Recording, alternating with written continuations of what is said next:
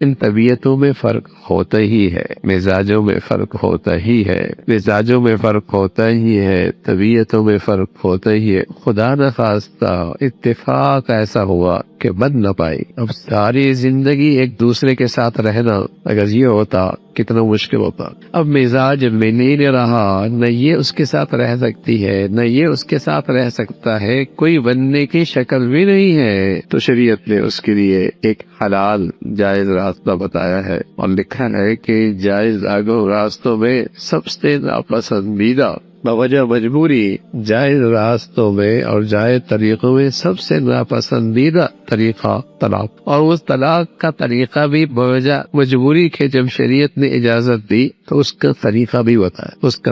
بتایا، ایک طلاق دی ہے 3 ماہواریوں میں رجوع کر سکتے تاکہ سمجھ بوجھ سوچ فکر تحمل کے بعد کوئی فیصلہ اگلا کر سکے، لیکن یہ انداز صحیح نہیں کہ اس سے بھی آ کر سب کچھ تینوں دے دے، بیوی پھر بھی ہاتھ سے نکل جائے گی، لیکن یہ طریقہ حرام ہو نہ جائے۔ دیکھو نا، ایک ہے کسی چیز کو ذبح کیا جائے، مرغی کو، بکری کو، گائے کو شریعت کے مطابق، اور روح تو اس کی پھر بھی نکل جائے گی، اور ایک یہ ہے کہ اس کے پیٹ میں چھرا مار دیا جائے، وہ روح پھر بھی نکل جائے گی، فرق ہے۔ پہلے حلال تھی اب حرام، بیوی تو دونوں صورتوں میں جدا ہو جائے گی، لیکن پہلی صورت میں حلال طریقہ تھا، دوسری صورت میں حرام طریقہ۔ اگر اس کو شریعت کے مطابق ذبح کیا تب بھی روح تو نکل گئی لیکن حلال ہو گئی، اور شریعت کے راستے کے بغیر اس کو قتل کر دیا، ذبح کر دیا، مر تو پھر بھی گئی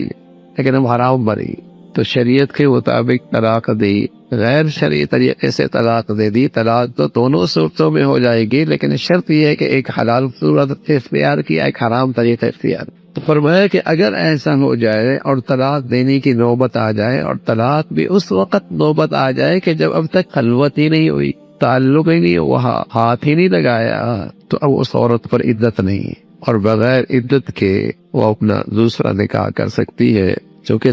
جہاں عدت وہاں ہوتی ہے جہاں خلوت ہوئی ہو، جہاں تعلق ہوا ہو، جہاں ہاتھ لگا ہو، تو یہاں ایسا کچھ نہیں، تو اچھے طریقے سے اسے مال و متاع دے کر اور خوبی کے ساتھ اسے رخصت کیا جائے۔ سوشل میڈیا پر سب سے قدیم اور سب سے ریلائبل برانڈ درسقرآن.com